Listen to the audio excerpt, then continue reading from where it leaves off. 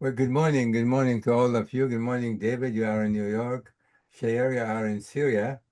Good afternoon. It's very late in the afternoon. And Hassan, good afternoon to you. You are in where? Good afternoon. وين أنت موجود? أنا بالحسق الآن. Okay, all right.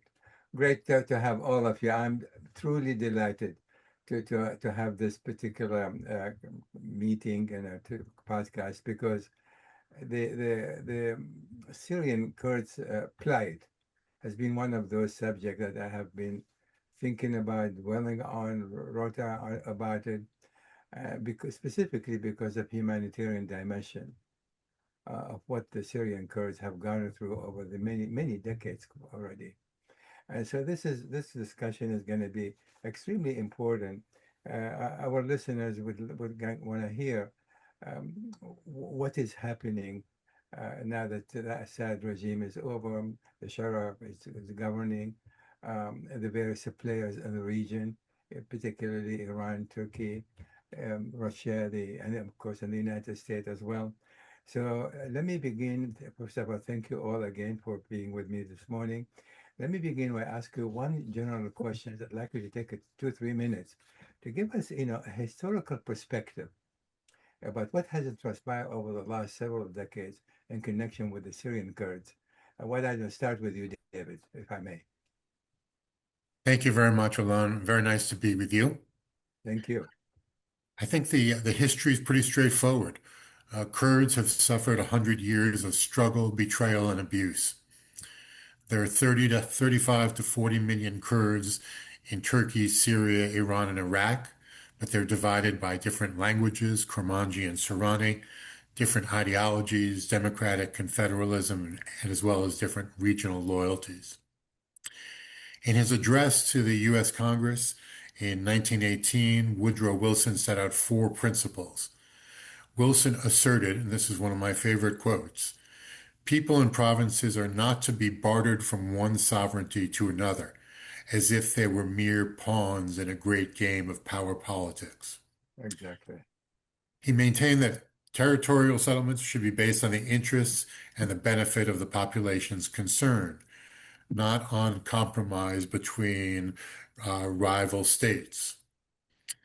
The Mudros Armistice ended the First World War, and the 1920 Treaty of Sèvres proposed a peace agreement between the Allied powers and the Ottoman Empire. It also promised a referendum on Kurdish independence, but this was never held. It was overtaken by events including the Turkish War of Independence and Mustafa Kemal Ataturk's secular doctrine of Kemalism. Right. Sèvres was replaced by the Treaty of Lausanne in 1923. Lausanne didn't mention Kurdistan or the word Kurd anywhere in its text. Of course, the Kurds rebelled and launched their revolt against Ataturk, but Sheikh Said was hung by a lamppost in Diyarbakir in 1925. Subsequently, Qazi Mohammed and Mustafa Barzani established the Mahabad Republic in 1946, but it was merely a pawn between the U.S. and the Soviet Union. The 1975 Algiers Agreement between Iraq and Iran resolved territorial disputes in question, but concerned the Shatt al-Arab and Khuzestan province. The agreement ended Iran's support for the ongoing Kurdish rebellion. The treaty was rendered invalid in 1980 when Iraq invaded Iran and launched the 8-year Iran-Iraq War. Iraq accused Iran of aiding the rebellion and launched the Anfal campaign to create a buffer along the border and depopulate Kurdish villages. Anfal culminated in March 16, 1988, with Iraq's attack using sarin and mustard gas provided by the U.S. on the city of Halabja. This was part of a broader campaign called the Anfal. In parallel, the PKK was founded in 1978 as a Marxist-Leninist Kurdish national group to establish an independent Kurdish state.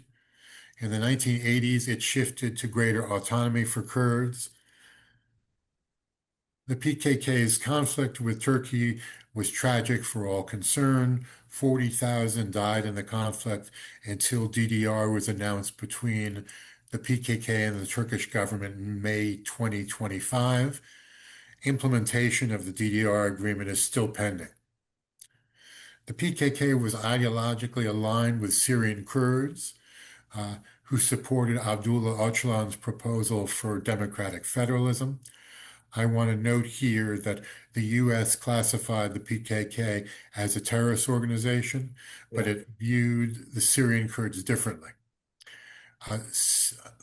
Syria, the ISIS terrorist group attacked Syria and Iraq in 2014, and the Kurds were the point of the spear to defend against ISIS.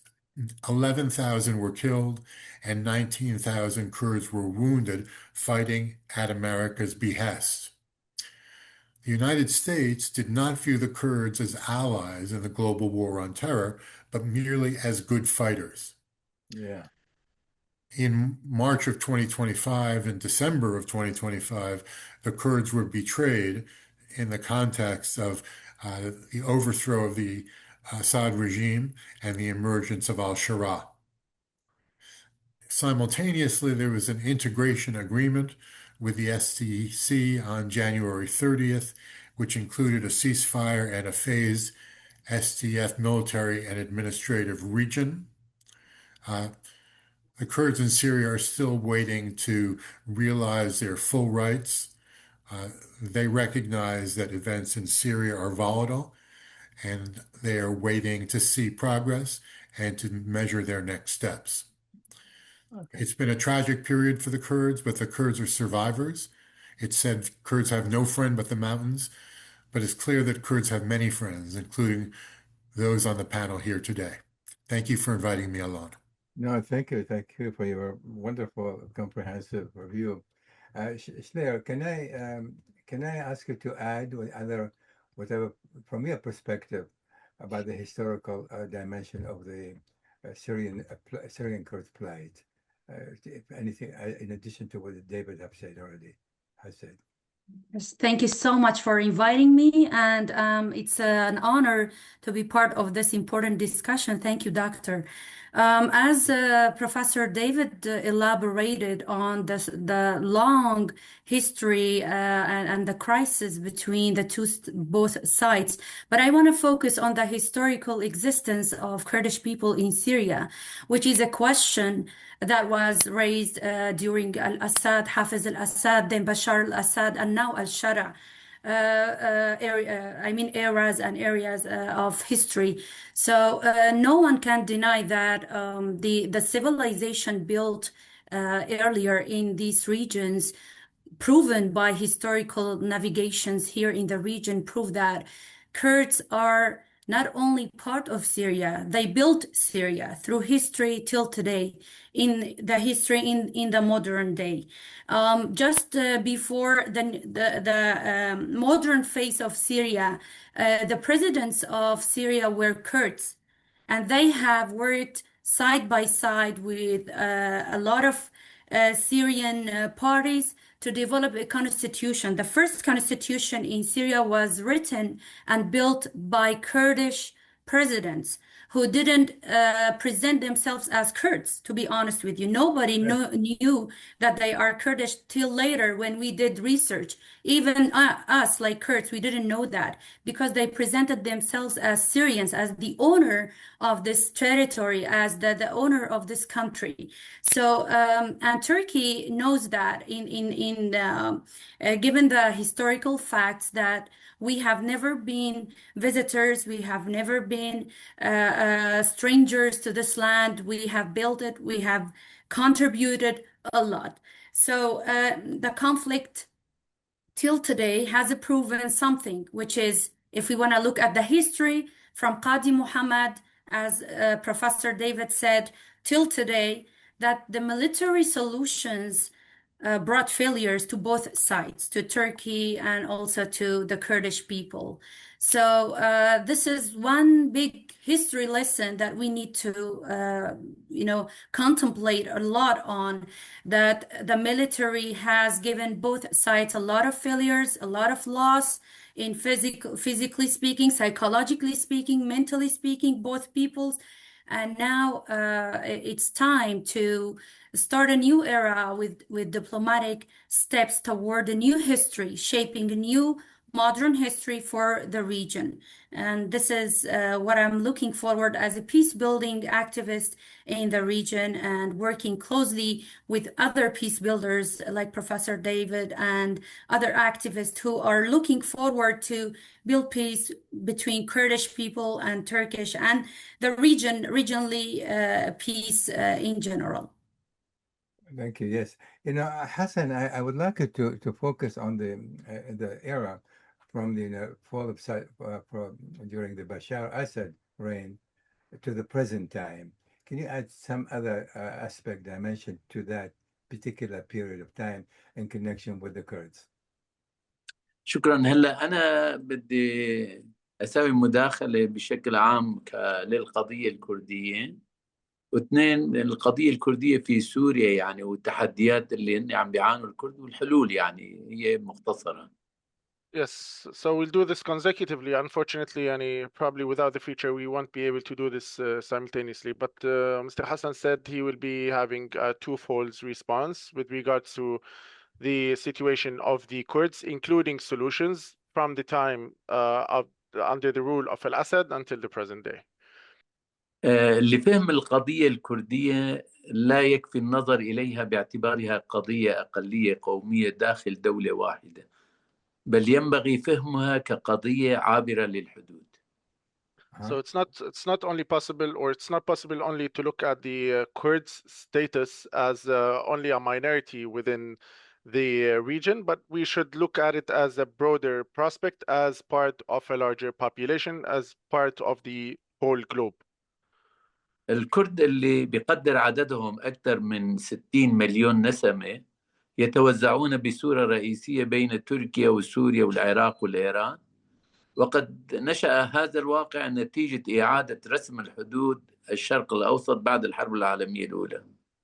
So the Kurds, who today count at around 6 million persons, they are distributed amongst mainly amongst four countries, which is Turkey, Syria, Iraq, and Iran. And this distribution came after or as a consequence of the Second World War.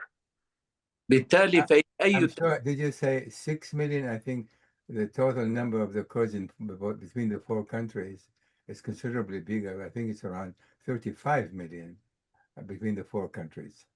Yeah, that's استاذ حسن، هم بتحدثوا انه هل فعليا هم عددهم 6 مليون؟ لانه يعني حسب قالون هم بيحكوا تقريبا 35 60 مليون. 60 million. 60 million.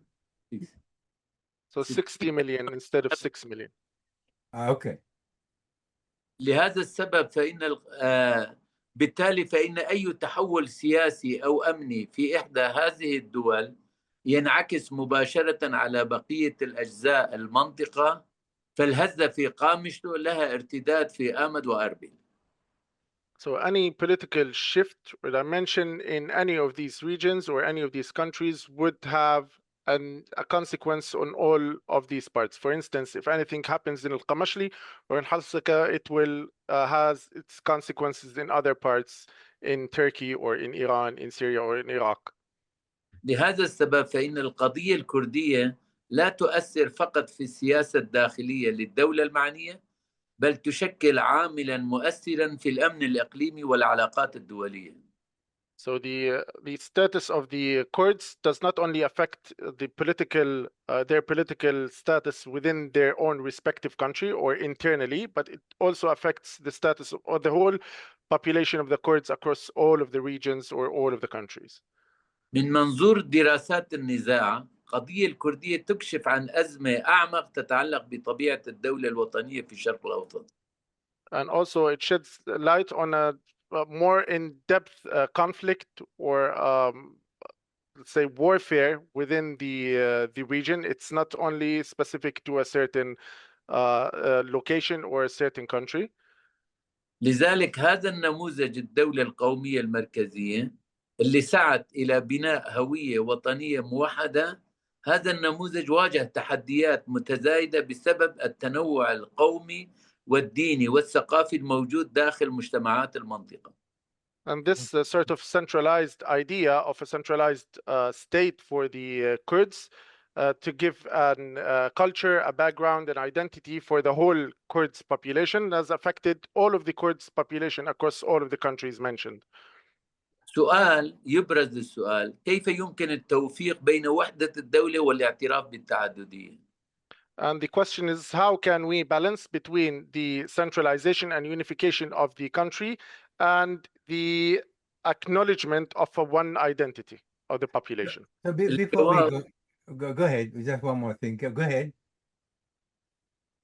كمل أستاذ حسن، بس كان عنده سؤال، بس كمل. الجواب ما بيتعلق المشكلة بالكرد وحدهم، بيتعلق بمستقبل الاستقرار في الشرق الأوسط.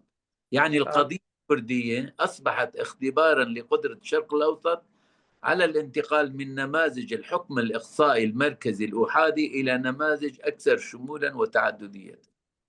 And the answer is actually it's a pilot, or it's a test of how the Middle East would function in the in the future. It's like the issue of the Kurds is a test for how the Middle East would function in the future, technically. Of course, I mean, this obviously whatever happened is going to have a significant implication on the surrounding countries as well. But before we get into that, David, I would like to ask you the question. You know, for decades, foreign powers, specifically Russia, Iran, the United States, and in particular Turkey, have continued to play to various degrees a major role that has affected Syria. And to what extent these countries, you know, you think, hey, you can focus on one or two, that their involvement into internal affairs of Syria impacted the Kurdish population of Syria. The Kurdish support for federalism. If I may, I would like you to leave Turkey alone, because Turkey is it's a major player, has been and continue to be. Sure. So the Kurdish support for federalism is viewed as threatening to many countries in the region. I want to endorse the Syrian Democratic Council's support for grassroots democracy, for environmental sustainability, and for women's rights.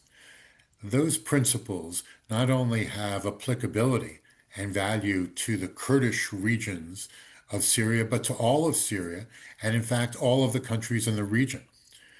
In my view, the reason why the central government was so hostile to the Kurds in the Northeast is because their values and worldview was antithetical to the view in Damascus of centralism and top-down power politics.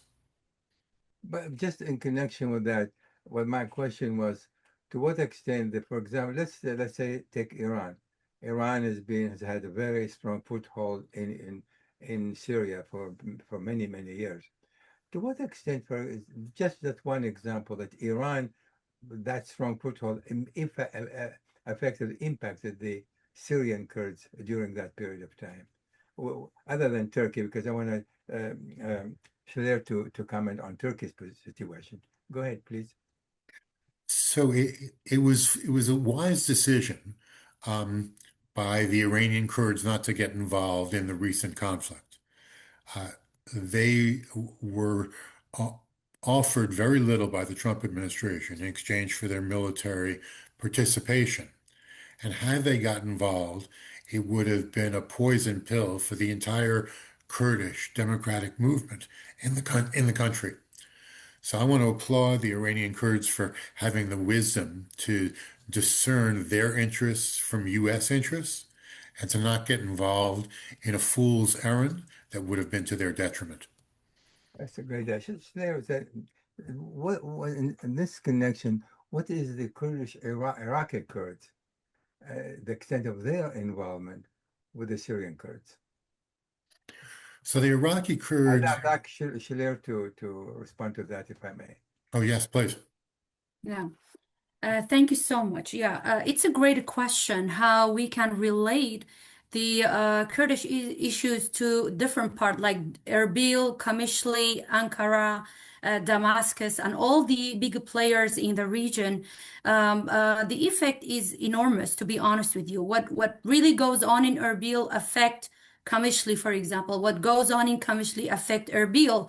And recently we have seen how the different powers who affected Iraq and also Syria, especially Iran and Turkey, both had used the Iraqi people, the Syrian people to fight against each other in this so-called Arab Spring or what you name it, but it's not like that. It has turned out to be other things. Now, the Kurdish situation in Iraq is under a lot of questions, and there are a lot of tensions as well. Why? Because again, of Iran and Turkey's involvement in the region negatively.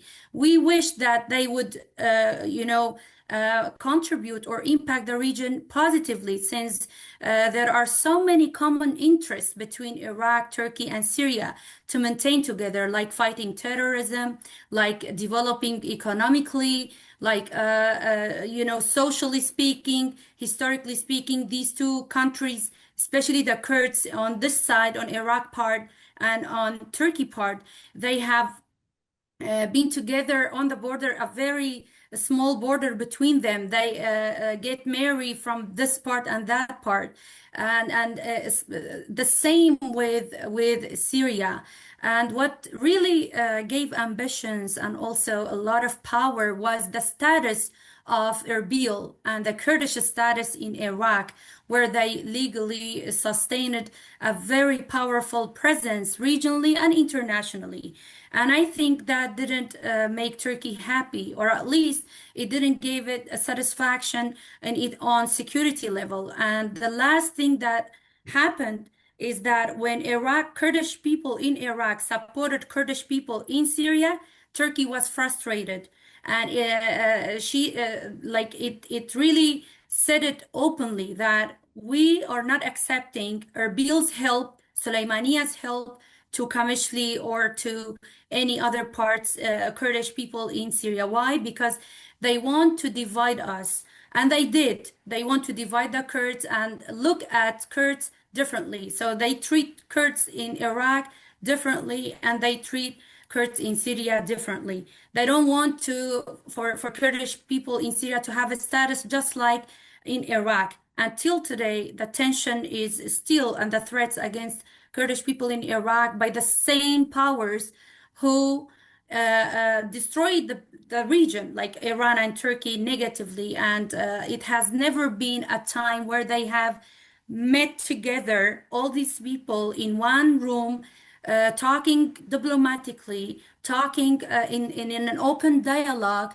like Erbil, Kamishli, Ankara, sitting together, talking about what can we do regionally, which is going to be for the interest of everybody. Instead, they choose the threats, military actions toward the region, and it's been failure after time and time, and it's going to be forever.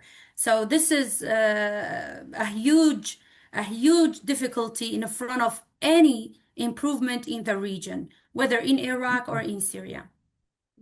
Great. Yeah. Hassan, as Iran has pretty much lost basically its foothold in Syria, Turkey seemed to entrench more in Syria in the wake of the collapse of the Assad regime and the rise of the Shah. Because this is probably the most complicated aspect of the Kurds in Syria in connection with Turkey. Where do you see what is the current state of affairs between the two sides? If you can, fairly briefly, 2-3 minutes, not more than that, please. يعني أستاذ حسن، تعرف احنا يعني بالفترة السابقة كان لها إيران تدخلات في سوريا، وأيضا لاحقا يعني بعد ما سقط نظام الأسد وطلع لنا الشرع، أيضا صار عندنا تدخلات ممكن أكثر من تركيا. فكيف بتشوف أنت حاليا وضع الأكراد في ظل علاقة ما بين هدول النظامين المتدخلين بالوضع بسوريا. يعني عندنا إيران تدخلاتها من جهة، وعندنا تركيا تدخلاتها من جهة، وشو وضع خلينا نحكي الأكراد ما بين هدول النظامين في ظل تدخلاتهم داخل الدولة السورية. تفضل. يعني في الحقيقة يعني القضية الكردية في سوريا يعني إلها جذور من بداية تشكيل الدولة السورية، وعانت من تحديات كبيرة نتيجة السياسات الإقصائية. يعني الإحصاء اللي سنة 1962، الحزام العربي، تغيير الديموغرافي، يعني التقييد على الحدود اللغة. الآن بعد تشكيل الإدارة الذاتية دخلنا بمرحلة جديدة بعد اتفاقية 29/1، نحاول الدمج مع الدولة السورية بحل هذه القضية، لكن ضمن خصوصية المناطق الكردية. يعني لا أن نعود إلى النموذج المركزي القديم السابق الصلب. نريد أن يكون سوريا بشكل تعددي يحقق لجميع المكونات السورية شراكة متساوية ضمن مواطنة متساوية. الآن Let him translate that. Let him translate that and then continue, please. So the Kurds have had history since decades. We're speaking about the beginning of the country, of the Syrian country. We're speaking about ages ago. But later on, with the collapse of the Al-Assad's regime, and with the introduction of the al-Shara regime, we have had multiple communications by which we would never, or the Kurds would never be dealt with in the previous centralized system. We're trying to introduce a new mutual collaborative system, one identity, etc. And this agreement has been sort of implemented since the 29th of January. And the previous problems that we had were mainly the marginalization, 1962, Al-Hizam al-Arabi, the language barrier, etc. So now we are trying to move into non-centralized systems and more mutual collaboration, at least within the areas where the majority of the Kurds currently exist or reside. If I may switch for a moment, David, when you provided us with a very comprehensive, review about the history, can you, and you mentioned, of course, the relationship with Turkey, which is pivotal, has been and continue to be. Can you further elaborate what is the status now? That is, Turkey has been and continue to be deeply involved. As a matter of fact, Erdogan feels as if Syria was an extension of Turkey. And he wants to do, pretty much he wants to do whatever he wants with the Kurdish community in Syria. Can you allow, and I'd like also to say a few words when it comes a relationship between the PKK in that connection. There is a peace process underway between the PKK and the Turkish government. In the spring, an arrangement was announced for disarmament, demobilization, and reintegration. That was a big step forward. It hasn't been fully implemented. The Kurds have made a show of laying down their arms, but the Turkish government hasn't responded, and there hasn't been any significant investment in the southeast in terms of employment or social services. So if there is going to be a sustainable peace in that part of Turkey, you have to move forward with a DDR agreement that it has some bona fides. That's going to require Turkey to take some steps of compromise. The PKK has already demonstrated its willingness to move forward and to compromise, but quite typically, Turkey seems like it's playing to an international audience than to the interests of its domestic population. Yeah, but then, Erdogan has been accusing all along that the PKK has close relationship with the Syrian Kurds. And this is one of the reasons he continues to, over the many, many years, get a very, fought against the Syrian Kurds. Where these things stand today under the Shara government, if I may, David. So when Sheikh Said was defeated and executed. Many Kurds in the Anatolian region went to Syria and resettled there. Al-Shara, has been the champion of Syrian nationalism. And, he's spoken positively about democratic change and reform in Syria. But let's recall that he has a long history of terrorist activity. And you can't change your ideology and your actions overnight. In order to placate his international partners, he's talking a good game, but we need to see some real substance on behalf of al-Shara before we can take him off the terror list and treat him as a full participant in democratic society. He's not there yet. Yeah, Shiler, I'd like you to talk a little bit about, there is an agreement discussion between the Syrian Kurds in terms of integration into the armed forces of Syria.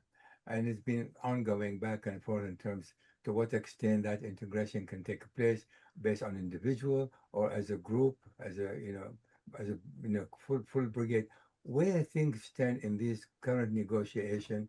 And then I'd like to link that to what extent also Turkey is involved in these negotiations, because Turkey has its own particular interest in seeing how this arrangement is going to work out. Yeah, thank you for raising this important question, which is very relatable. To be honest, when Assad regime, was gone forever, we thought that Syria is in front of a new chapter, a new era where everybody will work together to rebuild it. And we will, hand in hand with Christians, Armenians, Arabs, Kurds, everybody would contribute to rebuild Syria again. But we were surprised by the fact that nothing happened from that. And the killing of Alawiyat people, killing of Druze, killing of Kurds, the minorities were oppressed. We knew from the very beginning that the intention of the new ruler in Damascus is not in the interest of unifying Syria, as they say. No, it's in the interest of a certain agenda imposed by Turkey itself. If you go to Damascus, you will see in famous hotels in Syria that great political figures from Turkey reside there, and they dictate the president what to do, what to act, what to say, how. And in every dialogue between Kamishli and Damascus, Turkish figures and intelligence were there, right there, dictating the State Department, the foreign minister, the president, how to deal with the Kurdish situation. So many negotiations failed because of Turkish influence, negatively, as I told you. So many steps failed, not only once, so many times because of certain agenda on the region, which is to make Kurdish people surrender forever and go back to more than 50 years ago, where they had no voice, no rights, no presence in the constitution, which is not the ambition of current Kurdish people, who are really focusing on their resilience, on their power, on the power of existence naturally within the Syrian components, like any other components living together. So that affected a lot the integration, and I'm not positive about how long it will take to finally know that it will fail, because nothing on the ground gives us certainty that there is a real integration. It's on the media everywhere, right? But on the ground, still people are suffering. IDPs didn't return to their places, including my family. And when they do, they are under threat and under a lot of sanctions here and there. So a lot of challenges are there. And I'm not saying that Damascus or it's Damascus fault or it's Kamishli fault. Both sides are not perfect when it comes to dialogue and negotiations. The Kurds as well are not perfect. They lack the communication skills, they lack the negotiation skills. And I have said it so many times earlier that we should also reflect on what Kurdish really need. Do they need to integrate in a centralized a country, unified country, or do they need federalization like in Iraq, of an example of Kurdish people in Iraq? What do they want exactly was not clear, but they are clear on their basic rights, like the right to have their own languages, the right to be recognized in the constitution, just like any other component in Syria, and to have a democratic Syria where everybody enjoys their right. But nothing of that happened, despite the fact that the President al-Shara issued legislation that recognized Kurdish as a language, but it's not guaranteed in the constitution. So I Yes, think I it mean, will fail. Yeah. that's exactly what I wanted to ask. Shara came in claiming that, he's going to be seeking independent Syria, not rely on any foreign power in terms of specifically the 4 countries that he wanted to, institute a policy that is independent. But then again, he fell into the trap of Turkey still. So why is it, Hassan? Why is it that al-Shara feel now basically subordinating his position to what Erdogan wants? Why is it? Why he feels so concerned, dependent on what Erdogan wants? And as Shiler said just now, Turkish officials sitting permanently in Syria, dictating pretty much what this government ought to do, not only in connection with the Kurds, but even beyond the Kurdish problem. Why is it? Alon, I'd be interested to hear from Hassan Mohamed Ali how Yes, the I'm integration asking Hassan. process is going. I'm sorry. This question is directed to Hassan. Maybe he can also comment on the integration agreement. Yeah. I want to ask you that different question. Go ahead. Please translate that to Hassan. اوكي استاذ حسن، هم يعني سؤال يعني بحاولوا يوجهوه لك، هو كيف يعني I'm sorry, can you I was summarize? saying, Because it was long. Yeah, can you summarize the question? It's easier. Yeah, Shara, came to power claiming that he was going to ensure that Syria remains be independent, guaranteeing the right of the minority groups, etc. But then again, it turned out to be that now Shara is pretty much listening to what Erdogan wants. Erdogan, in fact, has a tremendous still influence of what's going on Syria. Why is it that Shara is not putting his foot down? I know, of course, Turkey is a major power. It's an immediate neighbor. So there are serious consideration there. But what is it that Shara has decided to give as much as he's doing right now? Hassan. طيب، هي الموضوع انه اول ما سقط نظام الاسد وطلع عنا الشرع، كان يحكي باكثر انه راح يكون في اندماج اكثر للاقليات، خصوصا مثلا الشعب الكردي داخل سوريا، راح يكون في عنا دولة موحدة. ما راح يكون في عنا هدول التقسيمات وهيك. ولكن بالنهاية احنا شفنا انه هو في اشياء حسب الضغوطات، مثلا في ضغوطات عم بتصير من طرف تركيا، في ضغوطات بتصير من دول اخرى يعني بتتدخل في المنطقة. فممكن هو ما قدر يعني يحافظ على كل شيء هو حكى راح يضل ماشي فيه بالنسبة للأقليات بسوريا. فكيف أنت بتشوف، أو شو تعليقك على هذا الموضوع، وكيف بتشوف الشرع مشى؟ يعني كيف بتشوف الشرع مشى في عملية إنه يكون في فعليا اندماج فعلي للشعب الكردي داخل سوريا الكبرى؟ So please also tell him that to sort of stop, not to go for too long, so that you can translate, part by in portion. Yes, please. وبرضه أعطينا نقاط، بتعرف أستاذ حسن، على أساس الترجمة هي للأسف لو كانت تتابعية كانت أسهل، ولكن عشان أنت بتعرف في عندكم مصطلحات معينة وفي أشياء معينة بتحكوها، فإنه أعطيني جملة جملة عشان أنا أقدر أوصلها بشكل صحيح. تفضل. شكرا، السؤال مهم يعني، وكل النقاشات تدور على دمج قوات سوريا الديمقراطية، كيفية إمكانية دمج مؤسسات الإدارة الذاتية مع دمشق. ترجمة.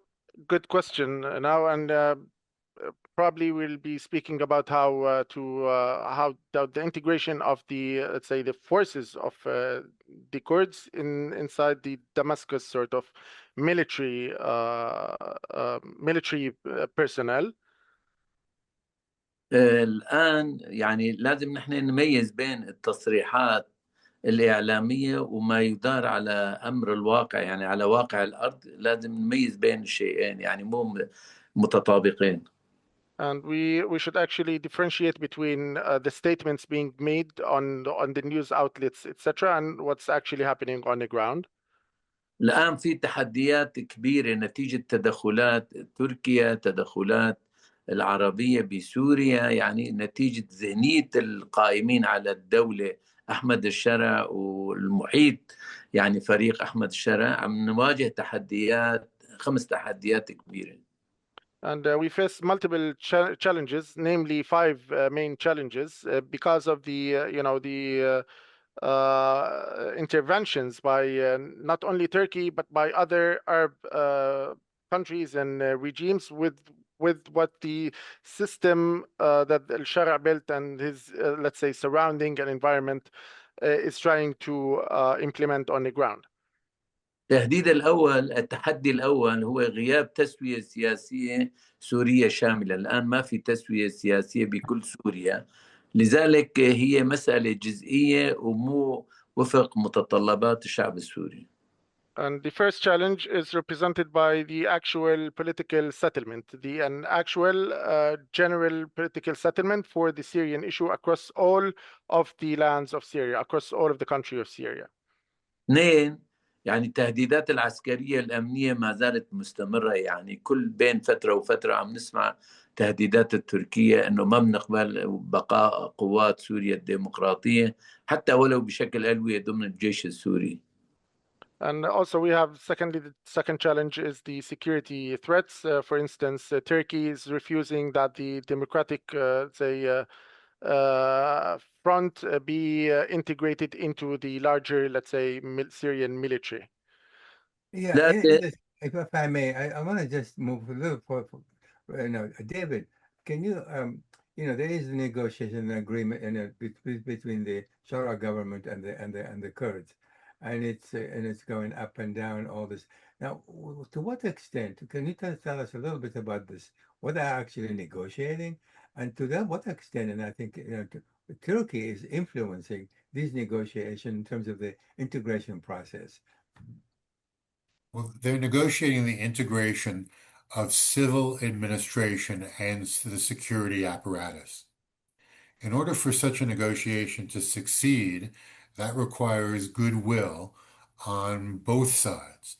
I think the Syrian Democratic Council has demonstrated goodwill, but al-Shara has been very indifferent to real outcomes.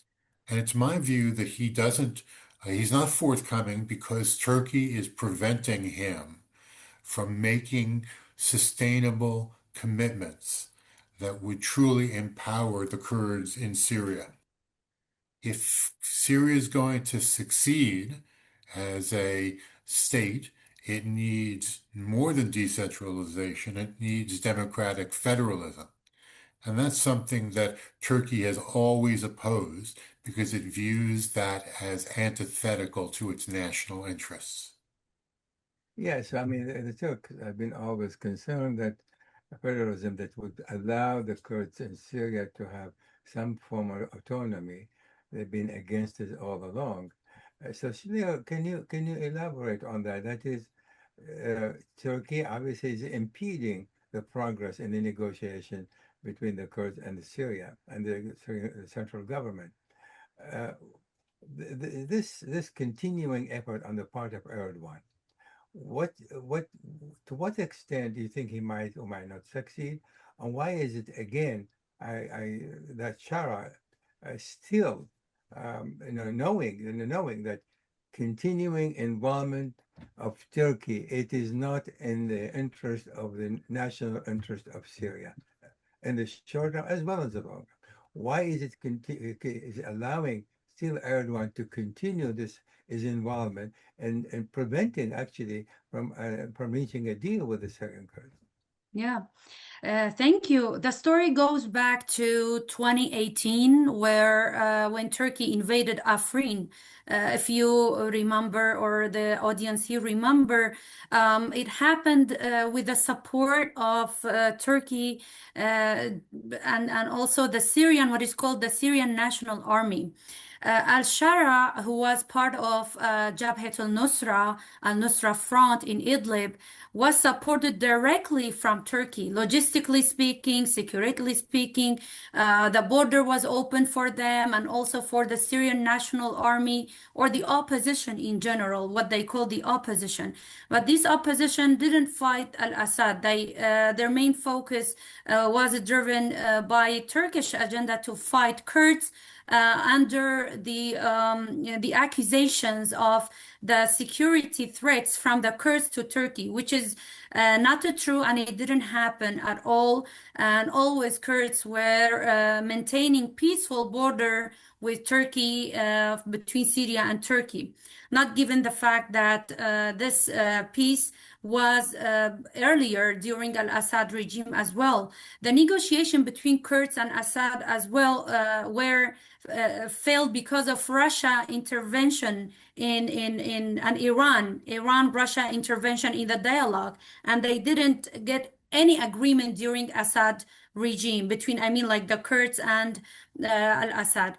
Again, with al-Shara, we thought that we are in a recovery area, a healing area, where the previous failures would be a lesson for all of the Syrians and not to be dictated by any foreign powers, not the Iranians, not the Turkish, not the Russians, but it happened that Turkey itself claimed Aleppo as its state, like as it is a Turkish state, for example, and also controlled Damascus and the ruler there. Why? Because they have already given themselves, totally surrendered themselves to Turkey, because they were logistically supported by them, and also not only logistically on media level on areas. So Turkey thinks that it has a big role in liberating Syria using al-Shara and front Jabhat al-Nusra, which is also something that was imposed on us. So the first thing that happened when the President al-Shara, or self-appointed president, let's say that, came to Damascus, he said, who liberated Damascus will decide the future of Syria. Since we, supported by Turkey, or Turkey liberated the area, we are responsible of shaping a new Syria according to our agenda. So it's going to be forever. That is why when the Kurds went to Damascus to negotiate, it wasn't with the Syrian people, it wasn't with the Syrian president, it was with Turkish intelligence there. So this is the case, doctor, in the region. Yeah, David, you know, again, you know, Turkey seemed to be, you know, obviously the most significant player at this point. Now, what can you, from your perspective, what it is that Erdogan ultimately, if he was given to achieve what he wants, what it is that he wants, you know, if you can define that, and would that be consistent with Syria's national interest? That is, can we reconcile what Ankara, what Erdogan wants, versus what the interest of Shara, that's the national interest of Syria itself? Can these two be reconciled? So Erdogan has a neo-Ottoman agenda. He wants to impose Turkish control and influence throughout the region, wherever the Ottoman Empire was an important player. And he views this as a historic opportunity for Turkey to be back in the driver's seat. He's not acting on behalf of those directly affected people. He's acting on behalf of Turkey's national interests, which he's confused with the local interests of other countries. Erdogan needs to get reined in.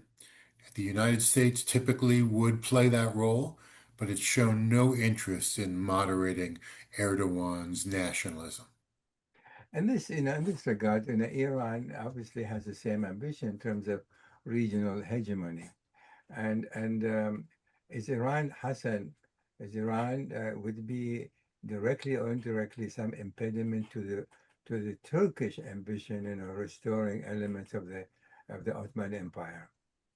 Specifically, I want to mention in the memorandum of understanding between the United States and Iran, Iran managed to include Lebanon, and so in some extent it's been able to implement, at least in part, significant influence beyond what's happening in Iran itself. So to what extent do you think Iran is going to try to impede, to stop Turkey from trying to attain its objective of restoring elements of the Ottoman Empire? يعني أستاذ حسن، السؤال موجه لك. هل نعرف إنه مثلا تركيا وإيران الاثنين لهم طموح في المنطقة، احنا شفنا باخر حرب صارت كان حتى يعني مقومات نهايتها كانت ايران طلبت او ضمت بالاتفاق لبنان. فهي احنا بنقدر نشوف انه مثلا هي بتتعدى، يعني طموحاتها ممكن تتعدى حدودها.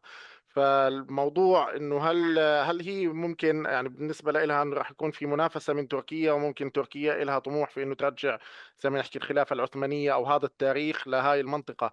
فهل يعني شو فكرتك انه هل ممكن ايران ممكن تحاول تمنع نوعا ما تركيا من انها تدخل على المنطقة بقوة أكبر من الفكرة اللي عم بتشوفها إيران، وممكن إيران تحاول تدخل بطريقة أكبر من تركيا؟ يعني شو رأيك بهذا، أو شو تعليقك على هذا الموضوع؟ يعني إذا نظرنا لموضوع تركيا وإيران، بعتقد يعني لازم ننظر لهذه القضية بمنظور أوسع. يعني هدول الدولتين هن التحدي الأكبر أمام تغيير المنطقة الشرق الأوسط. يعني لذلك التوجه لتغيير إيران عسكريا ومحاصرة تركيا سياسيا أعتقد هي ضمن السياسات الدولية لتغيير المنطقة الشرق الأوسط. الآن تركيا يعني بتشوف الخطر على إيران. يعني تركيا ما بدها أنه تكون إيران ضعيفة، لأنه الإيران الضعيفة المقسمة رح تنتقل أزمات إيران إلى تركيا. لذلك شفنا بوضع الحرب تركيا تريد أنه تبقى إيران كدولة يعني مركزية متماسكة لكي تقيم العلاقات مع المركز بدون أن تنتقل النزاعات أو المشاكل في إيران إلى تركيا. ضمن سوريا أعتقد الآن المبادرة دخلت بإيد تركيا أكثر من إيران، يعني كون إيران ما بقى لها تأثير نتيجة السلطة الموجودة. الآن التنافس الموجود أعتقد في سوريا هو التنافس التركي الإسرائيلي يعني على سوريا. يعني هذا الصراع يعني أكثر من التنافس الإيراني التركي. لذلك تركيا لها مشاريع ضمن سوريا تحاول تجديد الميثاق الملي اللي هن كانوا راسمينه. يعني الآن كل ضغط تركيا على منطقة حلب ومنطقة الحسكة ومنطقة الرقة ودير، يعني شمال شرق سوريا حتى وصولا إلى الموصل، تحاول أنه تعيد يعني إحياء مشروع ميثاق الملي اللي هن كان أحد مخططاتهم، يعني لكن عن طريق الاقتصادي. الآن عم بيفتحوا معبر نصيبين يعني تلكوشر من أجل التجارة. يعني هذا المعبر عن طريق التنمية اللي هن عقدوا اتفاقية مع العراق. أعتقد كل محاولات before you continue, I'd like uh, to Ibrahim to translate, because it's going to be very difficult for him to remember everything you've just said. Please, Yes, Ibrahim. thank you. So, In a sort of a little shorthand, so to speak. yeah, so the thing is, if we want to look at Iran and Turkey when it comes to Syria, you have to look beyond the borders of Syria. First of all, even though they are competing and probably most likely competing over the land of Syria, but thing is, Turkey being sieged sort of politically, while Iran being tackled for its military power, both of those powers do not want the other one falling down, because they don't want the problems of Syria now being sort of transferred over their borders. So for instance, even if Turkey doesn't or despises Iran, or Iran despises Turkey, Iran doesn't want, for instance, Turkey doesn't want, for instance, Iran to fall. It wants Iran to stay a fully independent, centralized, controlled power, a fully independent country, so that they can, let's say, find some channels of communication between one another without actually transferring the current conflict in Syria into their own borders. But you understand that after the fall of al-Assad and the introduction of al-Shara regime, sort of Iran receded, and now let's say the play is, or let's say the ball is in the ground of Turkey in this regard. And you understand this because you can see the military, or let's say trade routes being not military, trade routes and commerce routes being opened, some sort of checkpoints on the borders, etc. So you understand that Turkey is now more concerned with the Syrian-Israeli conflict rather than the Turkish-Iranian conflict on the Syrian land. We're coming, actually, I can't believe it. It's almost an hour already. But David, I just want the three of you to take one or 2 minutes maximum, just to speak. This program is sponsored by our Institute for Humanitarian Conflict Resolution. Can you, David, address the humanitarian dimension? That is, briefly, what it is that Syrian Kurds have gone through, and what can be expected in terms of humanitarian aspect of this terrible chapter in the history of the Kurds. They've suffered systematic abuse, sexual violence, the denial of their right to self-determination. The outcome for the Kurds of Syria has been horrific, but they are surviving. They are resilient. I would just like to incorporate into my final statement that historical injustice was done to the Kurds at Versailles and with Sèvres. And the only way that we're going to see humanitarian and political progress is to enshrine in each of the concerned countries federalism as a system of governance. And I view federalism as a stepping stone towards a bigger project, which is the reestablishment of a normal Kurdistan wherever Kurds are living in the region. Thank you. Hassan, please tell Hassan, very, very briefly, just to address the issue of the humanitarian dimension of this horrific and ongoing Syrian plight. يعني إذا بتقدر تحدث أستاذ حسن هيك سريع بس 3 دقائق عن يعني خلينا نحكي الخلفية أو الطابع الإنساني اللي خلف يعني المشكلة الحالية اللي بتصير يعني بسوريا. Very briefly, please. بشكل سريع يعني أقل من 3 دقائق. يعني المشكلة التحديات الأساسية الموجودة أولا، يعني أنا حكيت عن تحديين، يعني ما في تسوية، في تهديدات عسكرية، في غياب اعتراف دستوري قانوني، وفي ضغوطات اقتصادية إنسانية وتنافس إقليمي دولي. لذلك هدول كلهم تحديات أمام دمج مؤسسات الإدارة الذاتية ضمن دولة سورية موحدة. هذا الوضع بيتطلب يعني من مراكز الدراسات، أعتقد يعني هدول العقبات بيتطلب الحل، يعني إنه لازم يصير توصيات يعني من قبل المجتمع الدولي، وإلا نحن أمام سيناريوهات متعددة. السيناريو الأساسي اللي طرحها ديفيد، يعني أنا أعتقد اللامركزية السياسية والفيدرالية هو اللي بيؤدي سوريا إلى الاستقرار. سيناريوهاته الثانية بدها تؤدي إلى الأزمة، يعني بقاء وضع الحالي أو التصعيد الإقليمي، أعتقد راح يكون موجات نزوح ثانية. لذلك نحن بسوريا أمام مرحلة مصيرية، إعادة بناء الدولة بتطلب مشاركة، وأعتقد IHCR بيحسن يلعب دور بدعم منصات حوار الرسمي ودعم دراسات حل النزاعات وتدريب قيادات الشابة وتطوير مبادرات السلام. بهذا الشكل يعني إذا طورنا الوضع ممكن نجيب الحل لسوريا. كخاتمة يعني قضية الكردية يعني مش قضية تخص الكرد وحدهم، يعني صار جزء أوسع من مستقبل الدولة والاستقرار والديمقراطية في الشرق الأوسط. شكرا. Thank you. Yeah, please, Ibrahim, translate that, and I'm going to give the last word to Shiler. if you want to tackle the humanitarian aspect of this issue, you have also, and when I was earlier speaking, I spoke about two challenges, but you have to take all five main challenges into consideration. Adding to the previous two are the legal acknowledgement of the issue of not only the Kurds but of the Syrian cause, also the political power and international interest in the region.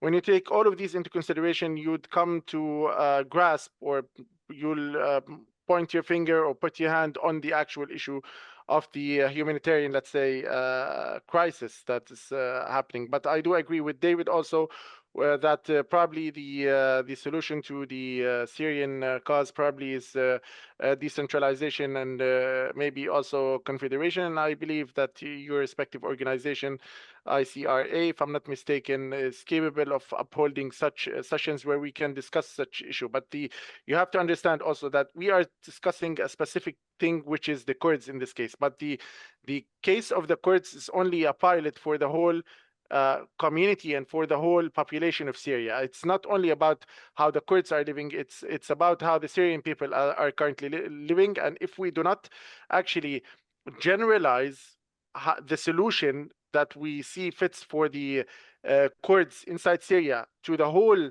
population of Syria, I don't think we are going to actually reach sort of a unified or an actual settlement to the issue or to the cause. Yes, Shiler, those same questions is for you in terms of the humanitarian dimension of this, and then I'm going to give you the last word on this point, please. Yes, my final words would be that we are in Syria very traumatized. Not only the Kurds, everybody. We have suffered enough, and everyone in Syria are looking forward to sustainable peace. They are tired of more wars, more conflict, more crisis. Syria need to be healed, to recovered from all the disastrous situation they have been through all together, and I'm not differentiating between one another, but the Kurds have suffered enough. To be honest, I myself, moved across Syria, I don't know how many times. I lived in camps. I was really I lost everything. I lost my family members. I lost my properties, everything. So I think as Kurds, they are very open and resilient to any peace opportunity in the region. And let's make it clear that military solutions have proven to be failures. The only sustainable solution is an inclusive political dialogue. And I think that your center, Dr. Elon, can work positively on hosting more conferences and dialogues to talk intensively about this. And we believe that all relevant parties, Damascus, Ankara, the autonomous administration, must come to negotiating in order to end the miseries and sufferings and the humanitarian situation that is deteriorating, the economic situation that is deteriorating, to find solutions under the international standards. Do you know that Syria now is under the threat to have a famine by the World Health Organization? There is nothing for Syrians to do. People are eating from rubbish in the streets. People have no places to go. All the houses are destroyed. The country needs to be rebuilt, and it's in the interest of Turkey. It's in the interest also of Israel. And I want to make a connection of what Mr. Hassan did, that the Muslim Brotherhood project that Iran and Turkey brought into the region have destroyed us and also threatened the security of Israel, of Egypt, of Lebanon, of you name it. So it's time to rebuild this region again on genuine political movement toward real solution-oriented mentality, away from Islamization and Muslim Brotherhood projects in the region. This is what we see the future of a new Syria. Despite the anger or the tension, there should be a regional dialogue between these two, between all the parties, to bring a solution to the humanitarian situation deteriorating on all levels, economically, socially, psychologically. Well, thank you so much. Thank you to all of you. I wish we had more time, of course, to discuss, because I would have liked to focus on the solution. What sort of solution can we reach? And is it possible through any kind of dialogue between the people who are involved? And I would invite you, hopefully in the near future, to talk about the possibility for a solution. Is there a solution from your perspective? What kind of solution can we fashion to bring an end to the plight of the Syrian Kurds? I think it's way, way overdue. Like David said, they've been suffering for decades, and this time has come.